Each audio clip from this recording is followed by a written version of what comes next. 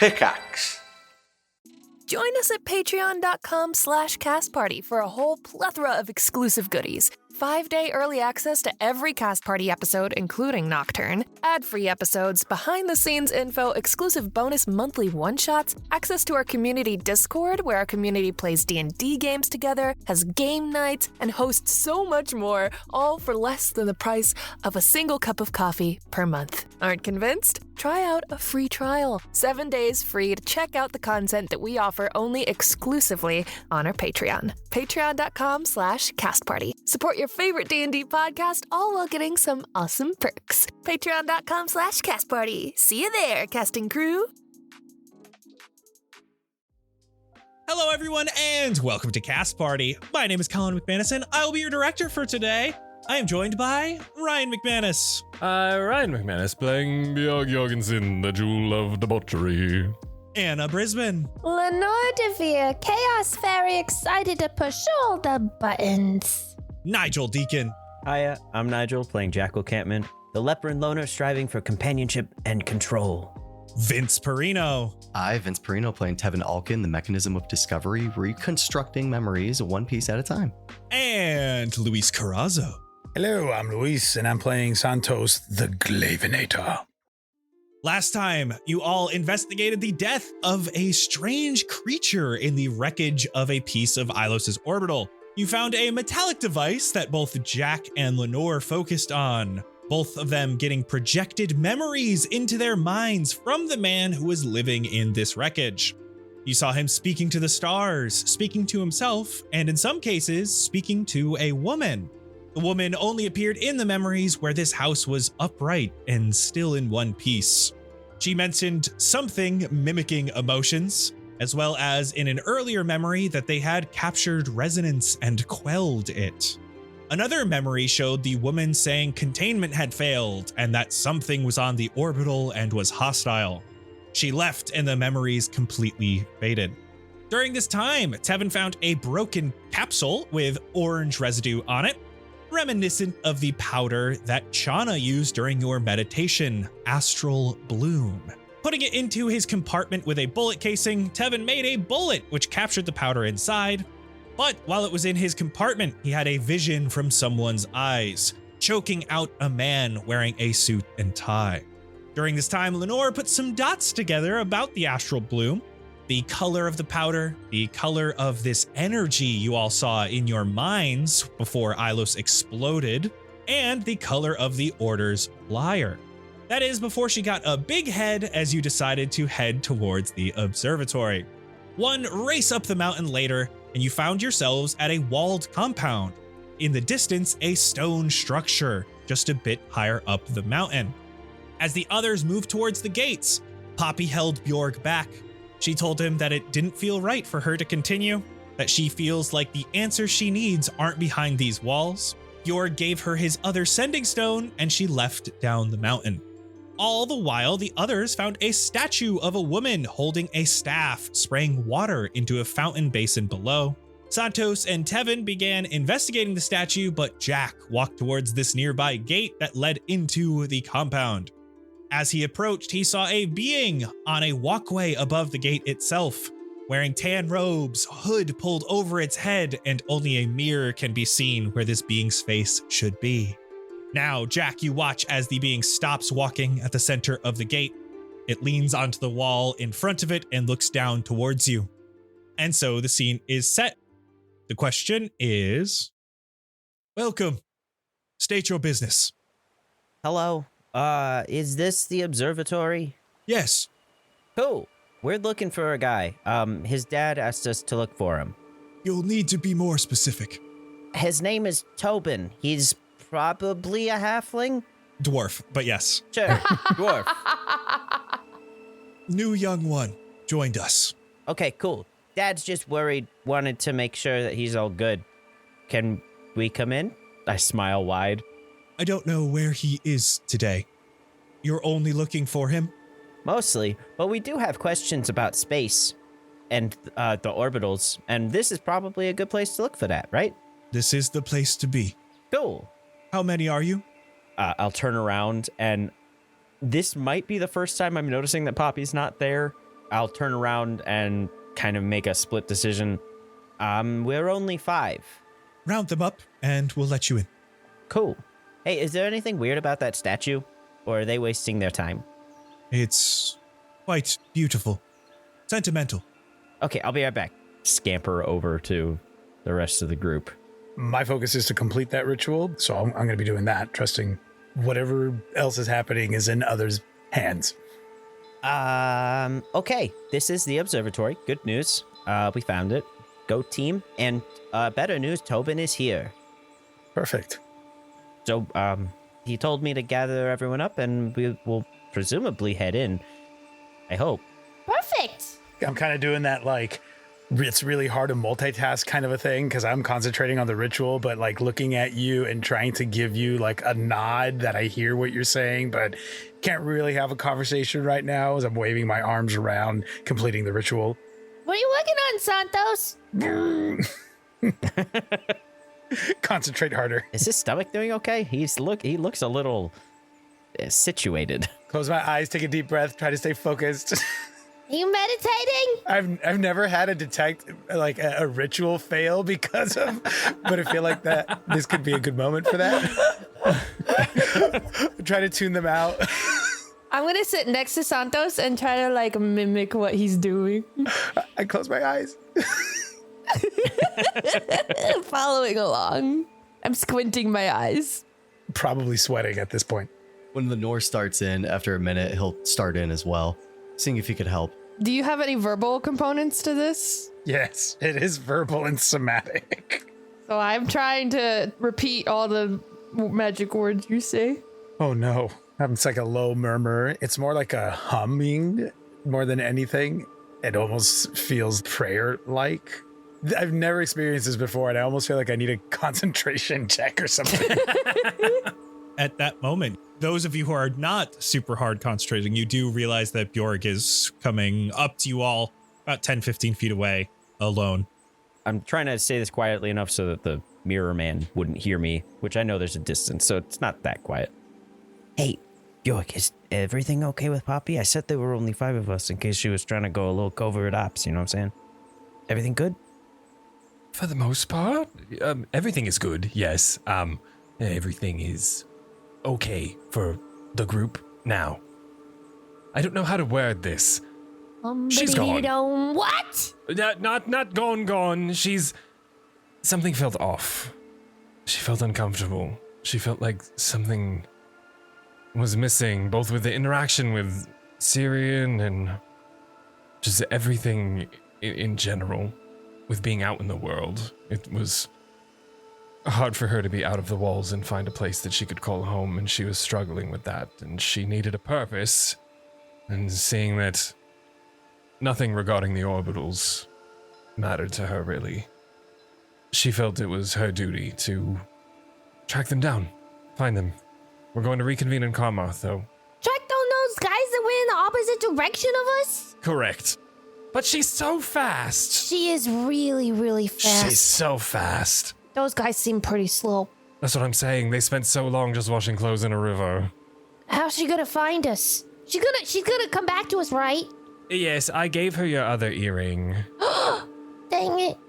Well, I'm glad that you have a form of communication, should she need it. I guess I'm also glad I didn't lie to the mirror people. That dude has a mirror face. I don't know if you saw him yet. I had not seen mirror face, stating the last time that I saw a man with a mirror face, even if it was just a mannequin. It did not end well. Is it like a helmet or a mask or what? That's just his real face. Truly, who could say?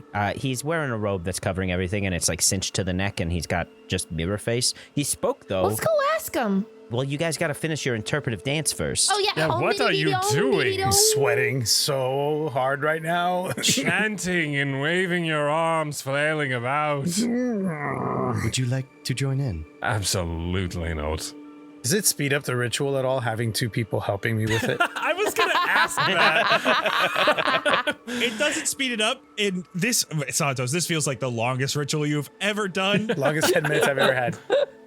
It's definitely a normal length ritual. It's just, oh my god, every second is 5 when with these guys trying to distract you. You are able to finish up your ritual. You do not feel any magical aspects coming from the fountain at all. How big of a radius is detect magic? 30 feet from myself, and it lasts for 10 minutes. Right now, it is just all the stuff that you know that you and your party have. As soon as I feel that wave of magical energy ripple out from me, I almost collapse. It's almost as if I've like finished a sprint, and I lean on Tevin for a moment and I let out this like, okay, I'm ready to go. We should probably take advantage of this. And I will turn to Bjorg. Are we sure Poppy's okay though? She's fine. What did I miss here? Yeah, what was that we just did? You're exhausted. I was away for 2 seconds. Yeah, it's the same thing you've seen me do. I just did a detect magic ritual. I just never had people decide to participate before. Did you find it? Did you find magic? Well, I can find it. So maybe we should move in a little bit closer so that while this lasts, I can... I move closer to you. Well, I mean, closer to you know, where we're heading, inside of the observatory. Oh. You're magical. You always ping whenever I do this. Everything about you just radiates magic. Wow, thank you, Santos. I'm gonna like skip. If you could skip while flying, she's skipping through the air towards the gate. Santos, you just feel a little tap on your shoulder. Me. I'll put my hand right on your chest and I'll say, right there, that's where your magic is, Tevin. Ah. Follow Lenore as well. Little happy skip going. Anybody else want to know where their magic is? Bjorg? Jack? I got rid of that.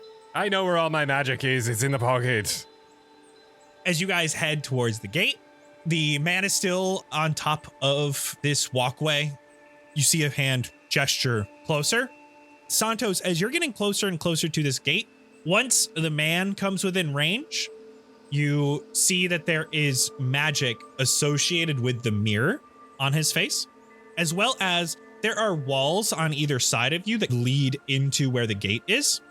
In the walls that face this walkway, you see a big chunk of magic, like a rectangular portion of magic along each of the walls. With detect magic, and I'm so sorry, but it does say that I can identify the school of magic. If there is one, there isn't always one. I believe abjuration. Got it. Okay. What the fuck is that? Protection. That gives me pause. I'm going to turn to Lenore. I'm just going to lean in and say, hey, so the magic emanating from the mirrored face, it's like some kind of a protection or ward. Ooh. I thought if anything, it'd be some sort of illusion, but it's not. Hey, mister, what's the mirror on your face? Blunt as hell. That's why I said to Lenore. Because I knew what would follow. Symbol in a way, but also protection. Is it magic? Yes, it's enchanted. What's it do? You're no stranger to the resonance, I assume? Oh, yeah. Protects us. Whoa, like you're immune? How exactly does that work? Do they just not register you as a threat?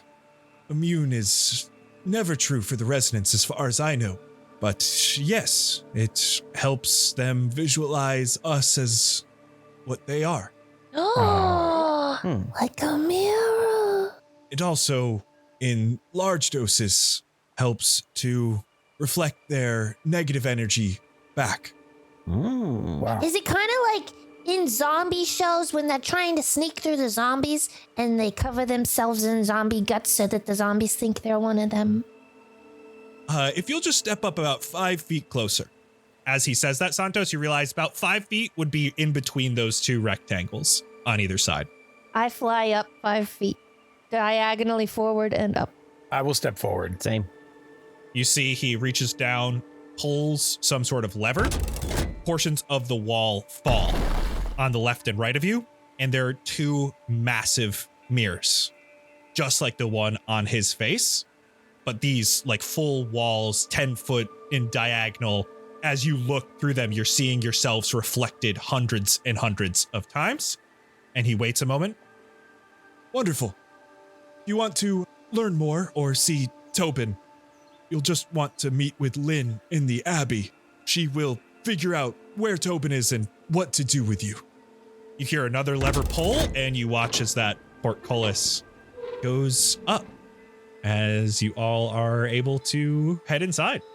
Wait, it's been a while since I've had a mirror. Could you bring that down again? Oh, yeah. And he lets it go back down. I'm gonna fly up to it and like fix my hair and like pick at my eyes a little bit. Entering into the compound, you see that this area is well maintained.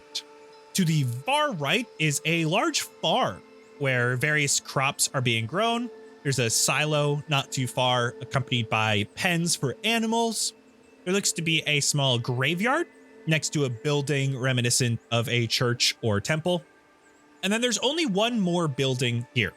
It's pretty large. It's got a bunch of these entrances. It's made with wood painted white. Got multiple stories, and you see it's got different branches off of this main building, but this main building dominates with a large hexagonal tower coming out of it.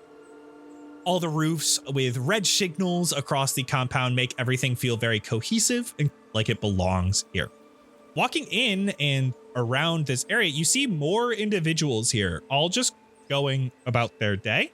Some are wearing their mirrors face mask down in front of their face, hoods up and over the top, but others you see just without their hoods, revealing their hair and the sides of their faces. And others you see their full face. They aren't wearing the mirrored masks. Many of them have them pulled up and onto the top of their heads. Others have them with a strap along their arm or on their belt or a pack they wear. The people here are doing a bunch of different things. Working in the crop fields, some feeding the animals, others gathered around the well, pumping some water. You see groups of people stretched out in the grassy areas here with tomes and notebooks out and about just writing. Still others you can just hear laughing and just seemingly chatting and having conversations. One other notable thing that you realize is that, yes, each person has a mirror with them, but they don't all look the same. They aren't all the same shape, and they are often adorned in some way. You see some with flowers hanging off the sides. Others have painted the sides of them or even portions of the mirror itself. I want to walk up to the people at the well. As you do, you hear, "Yeah, I'm like really nervous. It's my first time speaking in front of people." And see a younger girl here. Her mirror is up on her head. Imagine like how you hold sunglasses. And you can see she's pumping the well really fast. And so the water's not coming out in nice stream, starting to spurt out. She looks very anxious.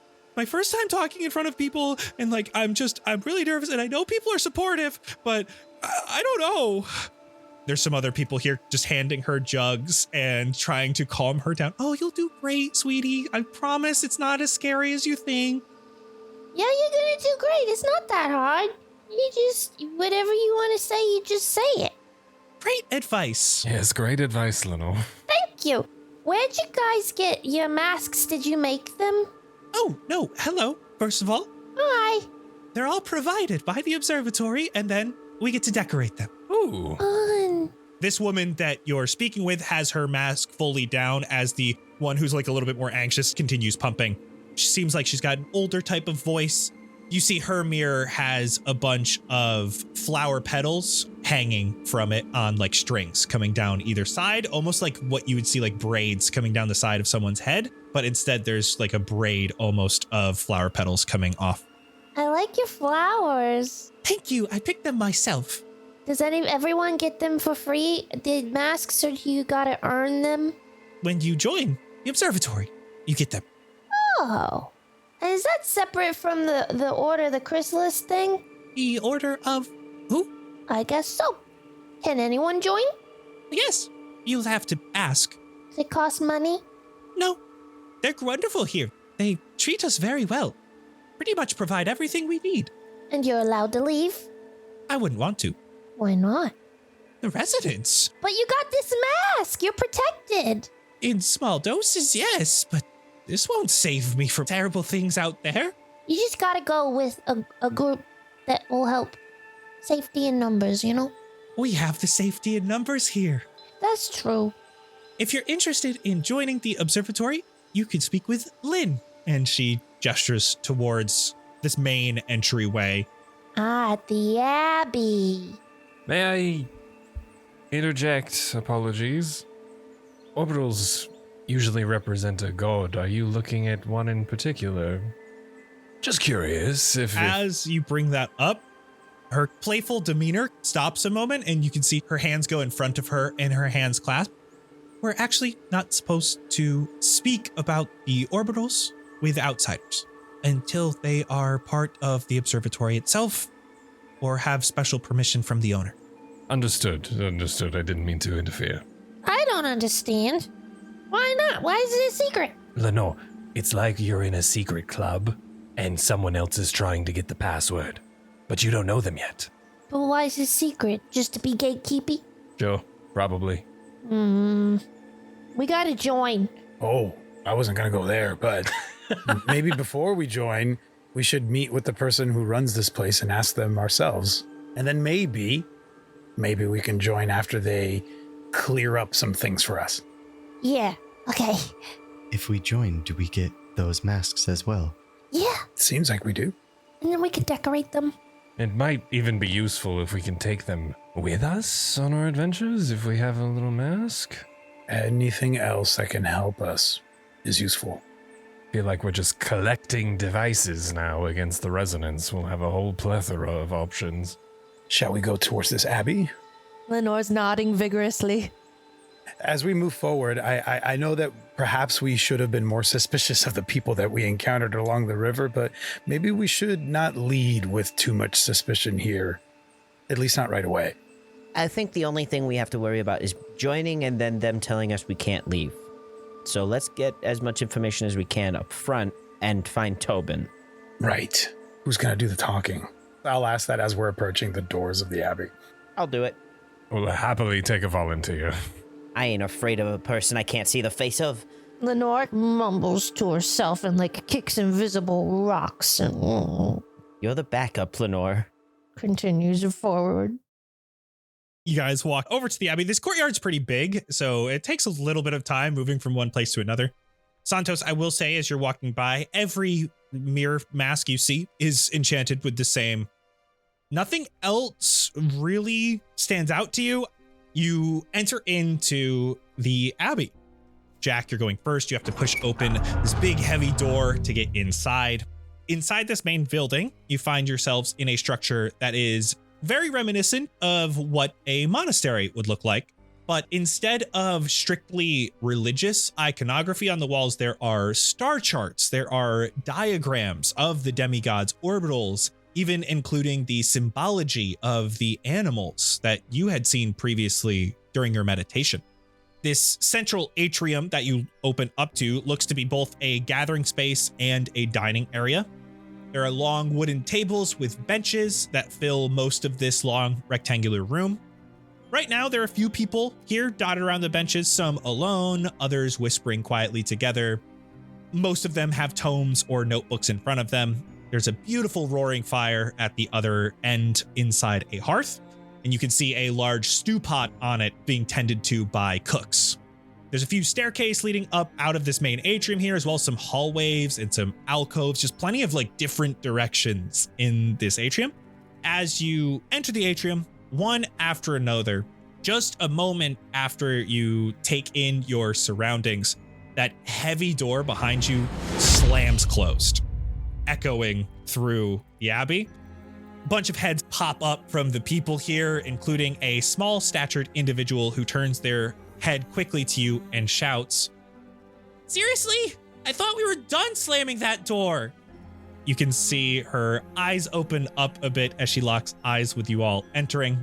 She gets up from her seat and runs over. She's a gnomish woman. She's got her mirror mask on top of her head and strapped under her chin, almost like a bonnet right now. She's got these big eyes and some kind of heavy wrinkles and creases, which accentuate when she blinks at you. She's got bright pink hair that is braided into two braids, though the color is fading to gray around the roots. You get one pass on that door. Don't let it happen again, or you'll be cleaning up around here. Sorry. Are you Lynn? Dang it. Is that a yes? Were we not supposed to figure you out? You ruined my favorite joke.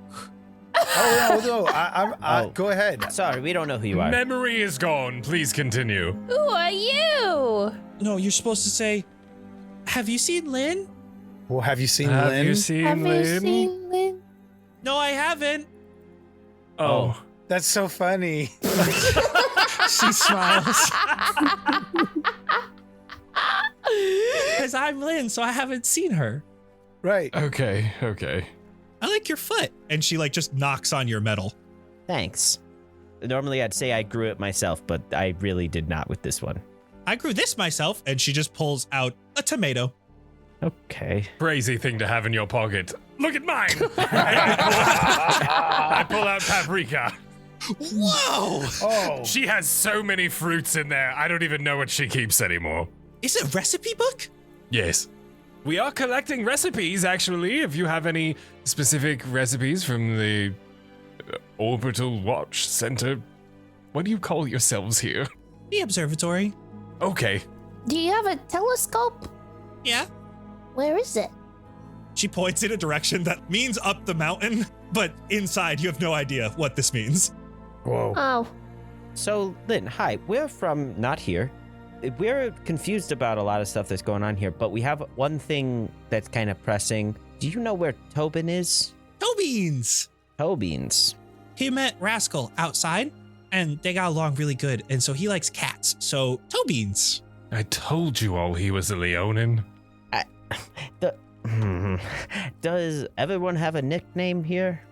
Not everybody. So where is Tobin's? Right now, I actually don't know. But there's a lecture later. He will be there. I told him he had to go. Are you, like, in charge here? Kinda. Have some confidence, Lynn. Of course, you run this place. You yelled at us for walking in. This is your establishment. You can make the rules. And everyone told us to look to you. No, that's the owner. She's really mean. She's mean. she's mean. She's over there. And she points in the same direction as she did previously when you asked about the telescope. Like at the telescope or in the building? It's a telescope. She lives on the bottom floor. What's her name? Mila. Is she gonna try to do the same joke as you just did? Like, have you seen Mila? No, she's not funny. Well, okay, so where's the lecture happening? Just so we can get that squared away. I gotta get a map, or I could take you there, but it's really not far. It's just, this place is a maze. There's like just a lot of directions to go, especially now that you're on the inside. It looks like this place has just been expanded upon, not necessarily in a cohesive way. It's like down there, and then you go, and then you have to take a left, but not the first left, because the first left will take you to the wrong wing. Okay, Lynn. It's in this building. It's really all we needed for now, I think. Lenore's going to explode if we don't start asking questions about what's going on at this place. So I guess maybe let's introduce ourselves. I'm Jack. This is Lenore. This is Bjork. This is Santos. And this is Tevin. She can explode? Yes. I mean, yeah. Literally. Especially with glitter. She moves quickly over to Tevin and looks you from at your feet and then all the way up. And she's very short, so she's like whole neck wrenched backward. Hi. I'll do one of those slow, like lean forward, look down at her, just almost like right at her nose. Hello. He's big. Yeah. Yep. Truly. I have questions. Do it before you explode. So what are the rules of joining? You're in. Really? If you want. And we're allowed to leave? Yeah. And there's no weird sex stuff? No? Can there be? Some of the walls are thin, so like it happens, but it's not a requirement. Okay, that's open-minded. We have some bunk rooms open, but most of them are taken up by at least one person, so we wouldn't be able to put you in the same rooms, but we could at least put you in the same wing. How do we get mirror masks? Oh, we could get you some guest masks until we can get your own, because we'll need to figure out your sizes, and then you can start thinking about how you want to decorate them. Yeah. I think a guest mask will do for now. How long of a process is that? Probably like 30 minutes, because I haven't finished my lunch yet. And you see she bites her tomato. No. I find you more and more peculiar every second I'm with you, Lynn. Thanks. Okay, so what we've learned is that we can join or we're already in, I guess. We can leave whenever we want. We can get those masks, but we have to be here for a while for that to happen. The permanent ones, not the guest ones. Yeah, they need to get made. Okay. And there is no enforced weird sex stuff, but it's okay if it happens. Yeah. Noted. We don't know where Tobin is right now, but he'll be at the lecture, and we can meet him there. Did he join, like, as a permanent member? Is he planning on staying here forever? No, he's gonna leave soon. So he had some things that he wanted to learn, and then you need to join to learn, and then you start to learn. How long do we have to be here to learn? You'll learn at the lecture, but also it depends on what you want to learn. What if we don't know what we want to learn? Everyone knows something about what they want. I know something. I'd like to know what caused the orbital to fall. Yeah, you and everybody else. Were you observing when it exploded? I watched all the time. Milo was watching at the time. It was the owner, yes? Yeah. Milo was alive before the orbitals were in the sky. What the heck? Oh. How long is that? She's so old. What is Mila? Is she an elf? No, she's a gnome. Oh. How long have the orbitals been there? 300 or something years? Whoa! Wow. I don't remember. More than 100, less than 1,000. But that's your first lesson, is that I don't always know things. I'm unsure if gnomes live that long. She's special gnome. What does that mean? Is she a vampire? Oh, that'd be cool. And she like puts up her 2 fingers as fangs. How did this person get in charge of these things? I say to the group, not directly at Lynn. Maybe they're starving for social interaction outside of their immediate circle. They are cooped up in here. It's like if you took Twin Rivers, but only put it to like half of a district, and then you just had to deal with everybody for as long as possible. Hey, well, okay, thank you so much, Lynn. I'm sure we have more questions, but I think we're gonna go try and find Mila. How far is the observatory? Can we walk up there? No, Oh, you can't just go to the observatory. How do we go there? You have to be here a while and you have to learn enough because Mila won't talk to you unless you know something about everything. Everything? can we guess? You can't just take the fast track there. You'd have to be really special. We are really special. No, I'm really special too. Yeah, do you have one of these? And I show her my hand. I unwrap my hand and I show the thing. S is for special. As you show your hand, you see her eyes go wide and her mouth drops. And she jumps and like grabs your hand and brings it really close. Oh, okay. This is so cool. I want one. I thought this would be helpful. I'm going to get like a dragonfly. How'd you get yours? The orbital exploded and then we woke up with it. That's insane. Why did I tell you that so outright? You've been spending too much time with Lenore. Lynn, I know that you know a lot. I know that Mila knows quite a lot. But we have also seen a lot. We've traveled a great distance to get here, and we witnessed an orbital falling from the sky, and we've interacted with an orbital that fell from the sky. We've come here hoping to get an audience with Mila, someone here that knows as much as we do, but in a different way, an exchange of what we know. She's just nodding her head up and down vigorously, and she's mouthing, yeah, while you're talking. Just completely agreeing with you. So how soon can you set up a meeting between us and Mila? Right now, Oh, okay. Great. Where should we wait? I could take you, Okay. Okay. but you need to know a few things first. How much do you know about the demigods? Do you follow any of the demigods?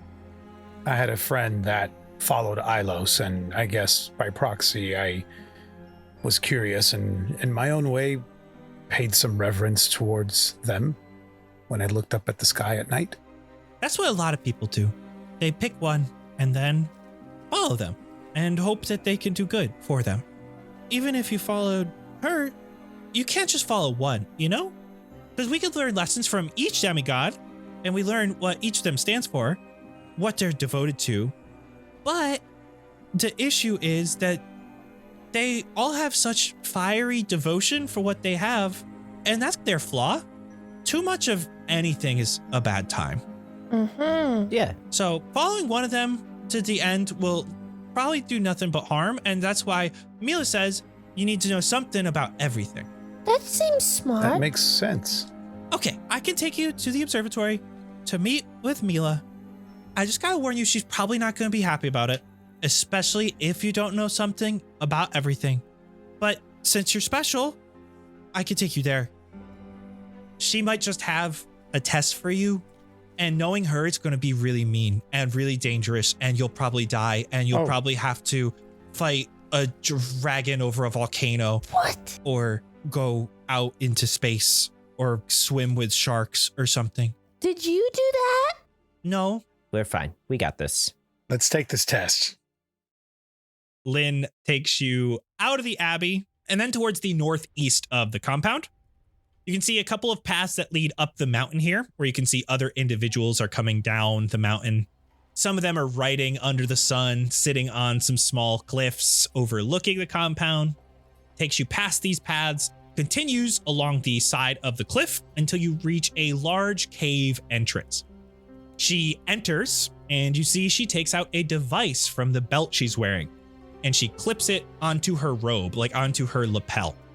In this somewhat darkness, it projects a 3D object in front of her in this celestial blue color.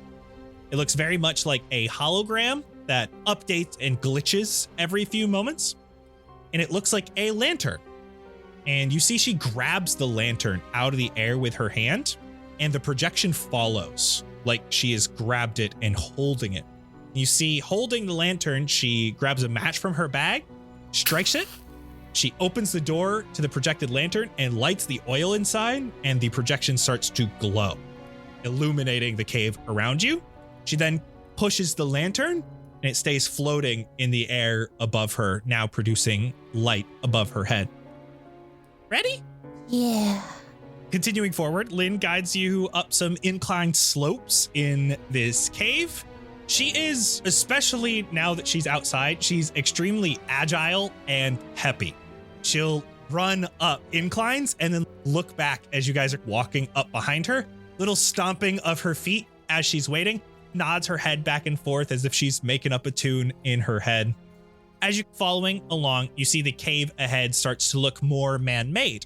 Still definitely a natural cave, but the floor and the walls have been excavated in places to make it more room-like, almost like a long, wide hallway. Ahead, you can see a pedestal illuminated by this projection from Lynn. And those who can see further in the darkness, you can see another one of these pedestals ahead. They're both placed in the center of this long rectangular room. On top of the pedestal is a mechanical device, mostly made of metal. It's spherical in shape with a flat bottom to sit atop the pedestal. Lynn moves over to one of the nearby walls here, and she just starts using it to stretch out her different limbs. Is this a physical activity? What? Well, you sprinted up here and now you're stretching, so I'm kind of worried that something is about to happen. Oh no, my shoulder just hurts. Is this the first test? Is there something we have to do here? I'm just stretching. What's the orb? I don't know, touch it. I'll touch it. When the device is touched, you see it begins to move. Much like the projector that Lynn has on her, the device moves and begins projecting in that same blue color around the room. Directly above on the ceiling, you see the 2D image of a goat. Further down the tunnel, as well as behind you, there is a bright pink projection, a thin barrier, a wall blocking where you came from and the direction you are going. Ooh, pink! Lynn rushes over to the pink projection behind you and puts her hands on it like a translucent wall. Is the goat one of the gods? Yes. They are indeed. I don't know whom though. That's Rena. Rena. Have any of you seen anything like this before? No. Touch it again! I poke it at a different part of the orb. As you do so, you see the projections continue. The projections create a wide table in front of you with 6 chairs. Floating above the table itself are 5 gems of different colors: red, yellow, green, blue, and pink. Imagine all of this in a translucent blue haze. What's that? It's pink! And she knocks on the wall. Are we supposed to do something to get rid of the wall? Probably. You've never done this before? No, I've never seen this before. Okay. Touch the orb again, Lenore. Touch it. You see all of the projections flash for a moment, and then they reappear. I keep touching it. Touch. I'm gonna have a stroke, Lenore. It's like a strobe light. Jesus. On the table, in front of each of the chairs, there are a few small versions of these gems. Alongside them, it says, pick your favorite. And you see Lynn rushes over and pulls out one of the chairs and just sits in it. Ooh. I am sat in the chair closest to the giant orange one. I'm sat across from Lynn. I'll sit in the one right next to her. I'm next to Tevin, across from Bjorg. And I'm across from Tevin. I'm going to reach across the table and try to gesture for Santos's hand. Just to get your attention. Okay. I didn't know if you were trying to hold my hand or what, so I kind of awkwardly put my hand on the table, and I'm like, yeah. Back when we were under the effects of the astral bloom, each god sparked a different color. I don't have all of them, but these could relate to that. If we have Rena as potentially pink, and the light around the room is pink, maybe someone grabs the pink gem. I have colors for the others, but they aren't associated with much. And I don't know which god leads to which animal, but it could be useful to potentially split. Everyone grab a different one. You grab one that's on the table in front of us? Yes, we might as well. I'll put my hand on the orange crystal that's right in front of me on the table. As you touch one of the gems in front of you, it starts glowing a bright orange. I touched the orange one and it started to glow, in case any of you didn't notice that. Ooh! And Lynn touches the pink one, and it glows a bright pink. I will grab the blue one. Tevin, you grab the blue one, and it too starts to glow blue. I'll grab green. I'm grabbing pink. I'm gonna do the lime color, the Mountain Dew color. But I took green. There's like a yellowish green. It looks like lemon lime soda. You want the yellow one? It looks yellow. I see green amongst the yellow. I'm just stating. I guess there's a hint of green. There's highlights. There wasn't a yellow gem, so I took a green one and had to color shift it. So there's a Thank you.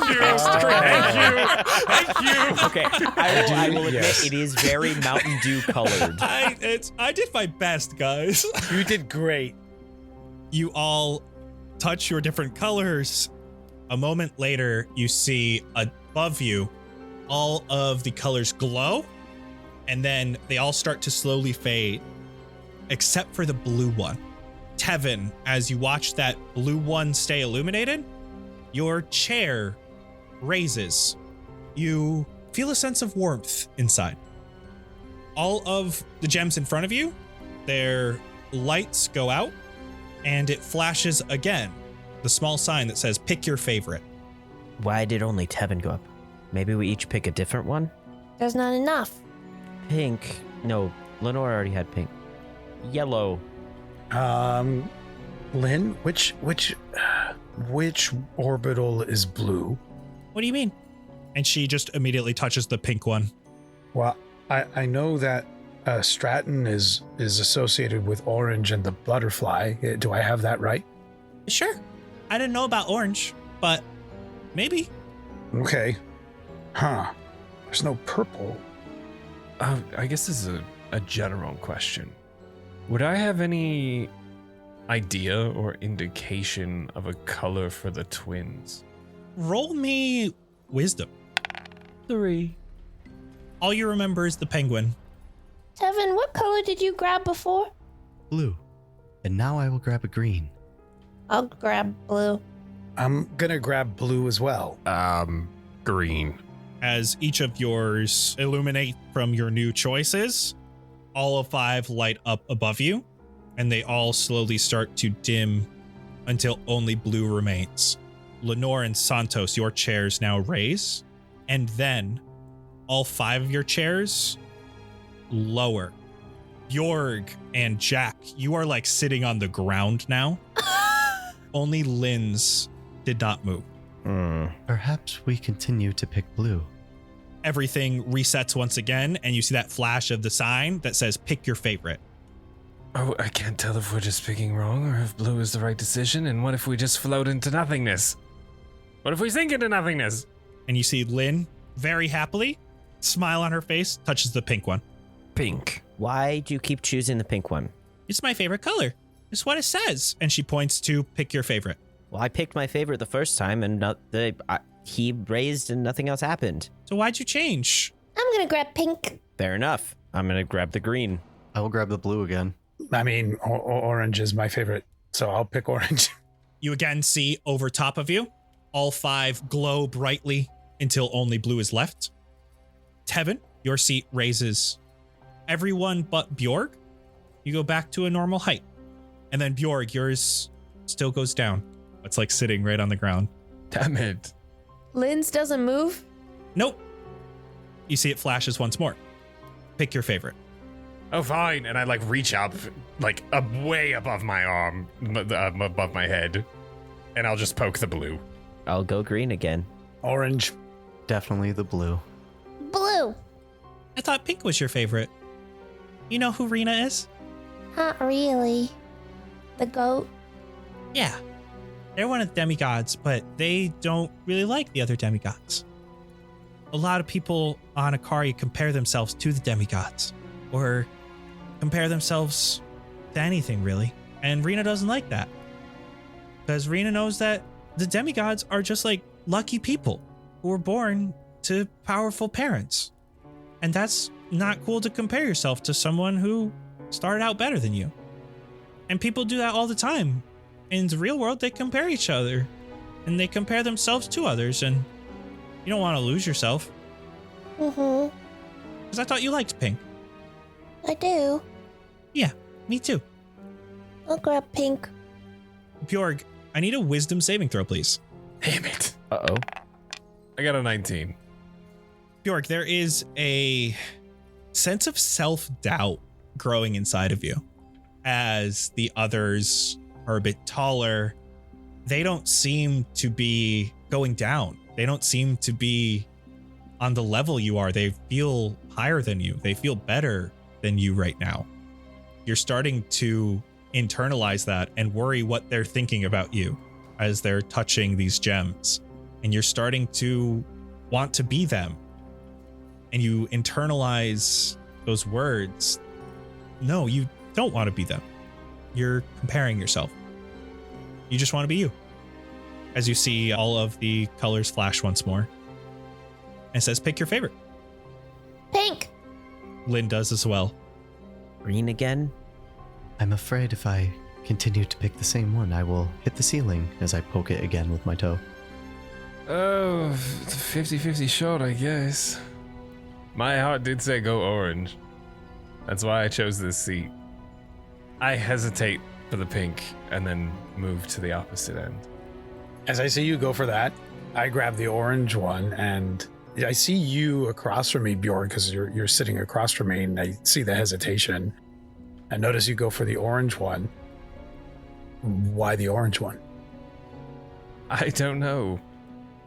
It is one of my favorite colors. Makes for beautiful jewelry. It was the first gem that I looked to when we came in here. I just didn't pick it because you did. I reach for the orange one, and I have it in my hands. It starts to glow as soon as I grab it. I actually don't know if orange is my favorite color, but I thought for some reason that we were supposed to see something in ourselves in each of these, and we were supposed to pick ourselves. And then I hold the orange crystal to my skin, and it's almost the same color as my skin.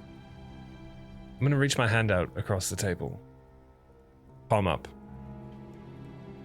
Then let me pick orange. I take the orange crystal that I have in my hand, and I will put it in Bjorg's hand, and I will clasp my hand over yours. You all watch as the glow happens above you. All 5 of the different colors glow brightly. Slowly, one after another, start to dim. This time it's the orange that lasts longest, until it dims and it's only the blue remaining. Tevin, you feel just about 6 inches more of height until you all start moving. Tevin back to a normal height, Bjorg up to a normal height as these chairs start to straighten you out until the projections flash and disappear. And you see that pink field ahead of you, this barrier keeping you here, pushes further into the cavern, another 30 feet or so, and you see it passes by another one of these pedestals, now accessible that this wall has moved, and there is another device atop this pedestal. I don't know what just happened. We picked our favorite. I guess so. As I just hold Santos's eye contact for a little longer than I should. I look down. I'll stand up and head towards this opening, I guess, and I'll turn back towards everybody else. I guess we're supposed to move forward, right? Lynn jumps up, runs right over to Jackal. You don't know what happened? No. She pokes you right in the chest. You learned something about something.